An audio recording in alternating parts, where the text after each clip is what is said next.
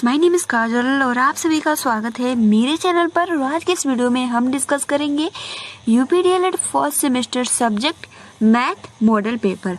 जी हाँ, इस वीडियो में हम डिस्कस करेंगे कि 2020 में आपका पेपर कैसे आएगा, बिल्कुल पेपर पैटर्न के जैसे। हमें आज की इस वीडियो में जितने भी प्रश्न है डिस्कस करेंगे। जैसे कि आपको मैं बता दूं कि 3 टाइप से प्रश्न पूछे जाते हैं: बहुविकल्पीय प्रश्न, अति लघुत्तरीय प्रश्न और लघुत्तरीय प्रश्न। आपका जो मैथ सब्जेक्ट होता है वो 25 नंबर का होता है, जिसमें से आपको 12 नंबर लाना अनिवार्य होता है।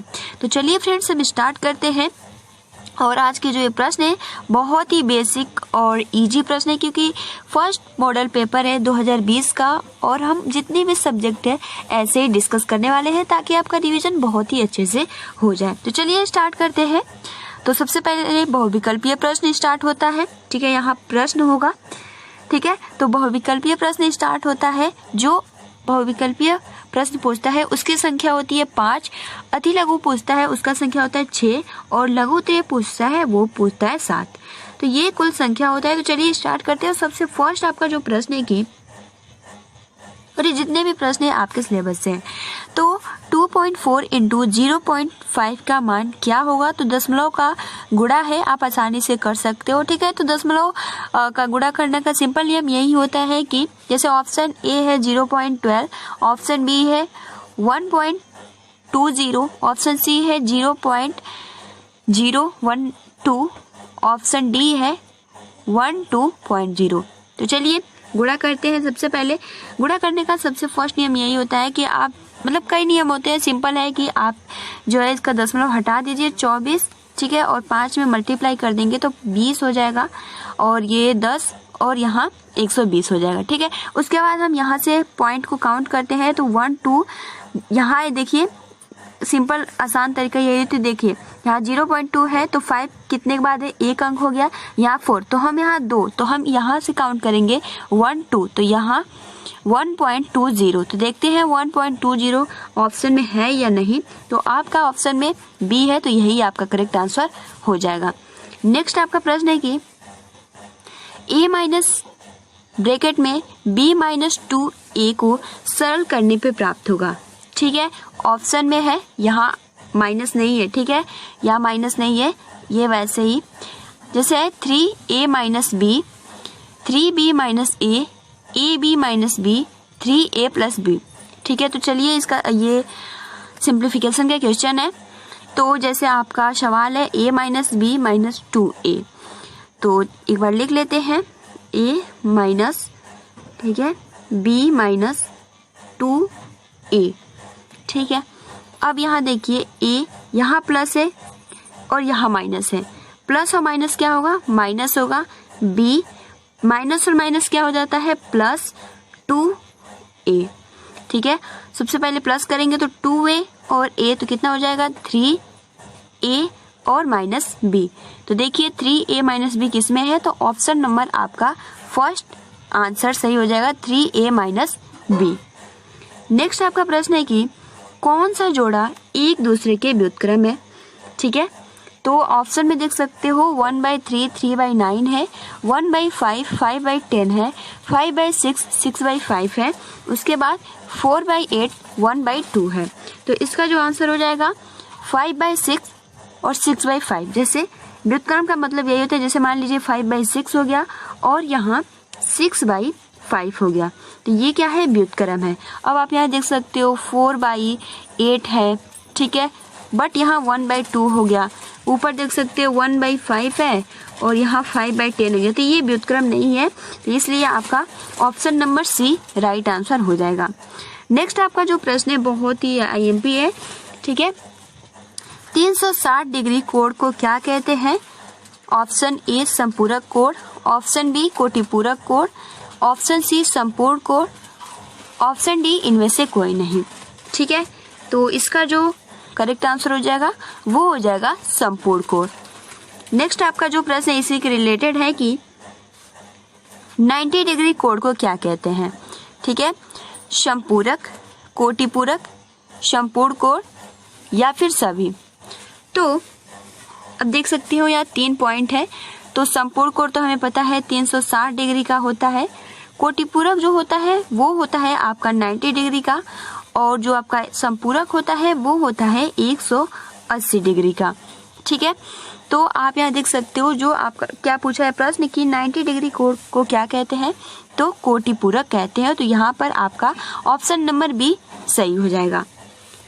अब देखिए ये पूरा आपका बहुविकल्पीय प्रश्न खत्म हो गया।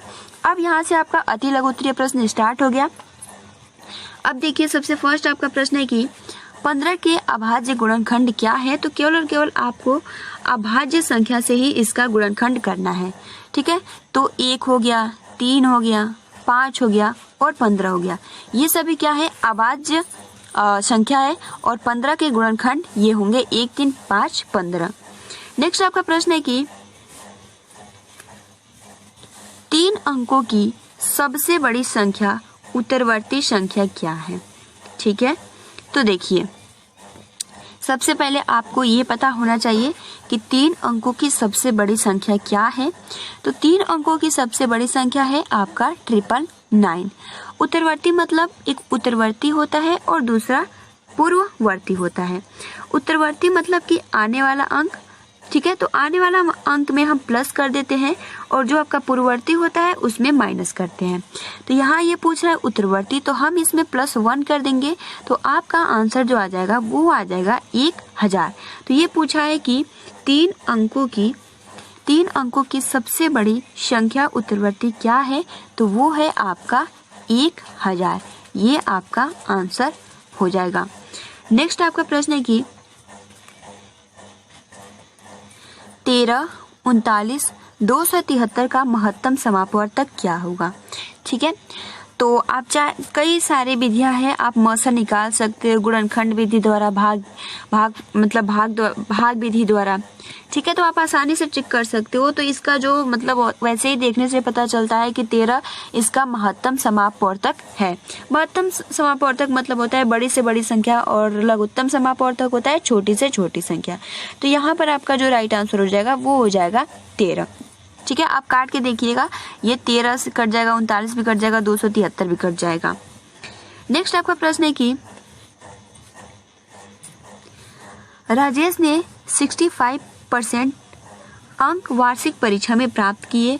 यदि 500 पूर्णांक, ठीक है, यहाँ पूर्णांक होगा, यदि 500 पूर्णांक रहा हो तो राजेश को कितने अंक मिले। देखिए सिंपल है कि उसको 65% प्राप्त हुए।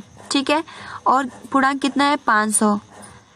ठीक है, तो 500 इंटू 65 है, 1 मिनट, हाँ 500 इंटू 65% हटेगा, नीचे 100 आएगा, 0 से 0 कट जाएगा और 65 में 5 का मल्टीप्लाई कर दीजिए तो 25 हो जाएगा और 30 और उसमें 2 ऐड करेंगे तो यहाँ पर 32। तो जो उसको अंक मिले वो मिले हैं 325। ठीक है, तो पूछ रहा है कि राजेश ने 65% अंक वार्षिक परीक्षा में प्राप्त किए। यदि 500 पूर्णांक रहा हो तो राजेश को कितने अंक मिले हैं, तो 325 यहाँ पर इसका आंसर हो जाएगा। नेक्स्ट आपका प्रश्न है कि 3, ठीक है, यहाँ ये 5 नंबर प्रश्न है, यहाँ से स्टार्ट हो रहा है। 3x माइनस, ठीक है, 3x माइनस 5 बराबर x प्लस 3 को हल कीजिए। ठीक है, ये भी सिंप्लीफिकेशन का क्वेश्चन है।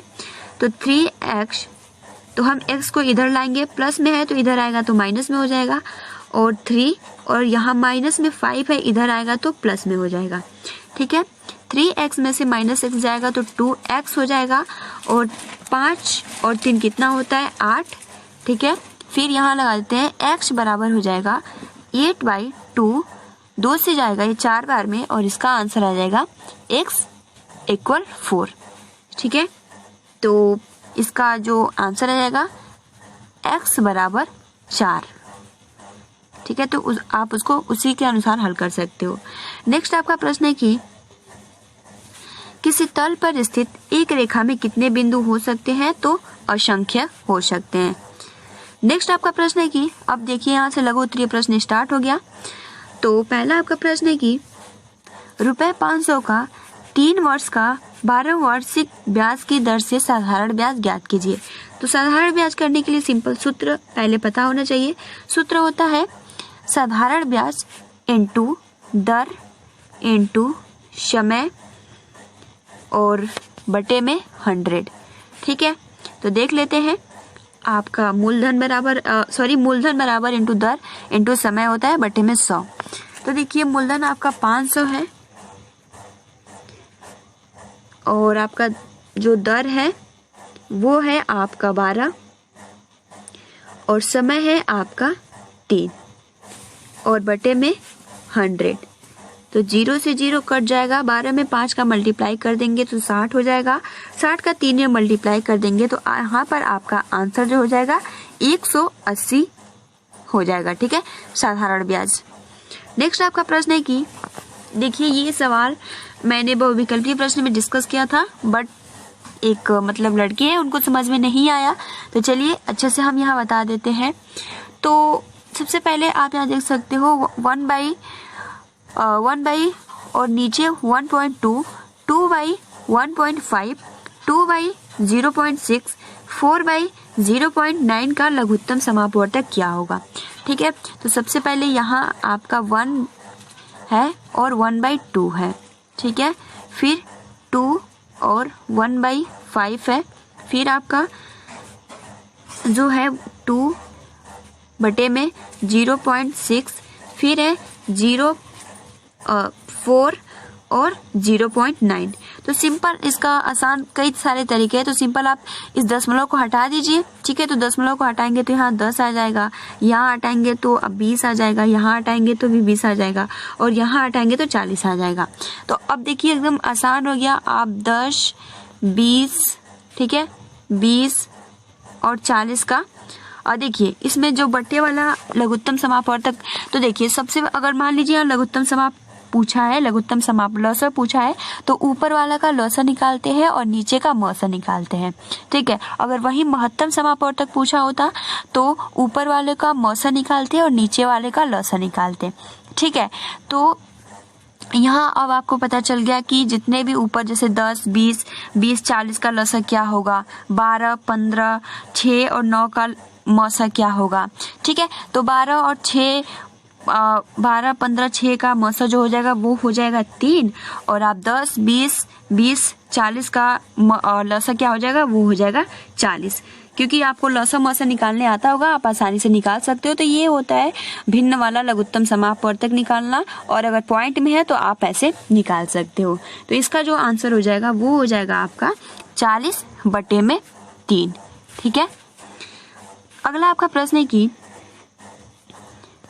26, 52। अगला आपका प्रश्न है कि 26, 52, 78 का गुणन क्या होगा।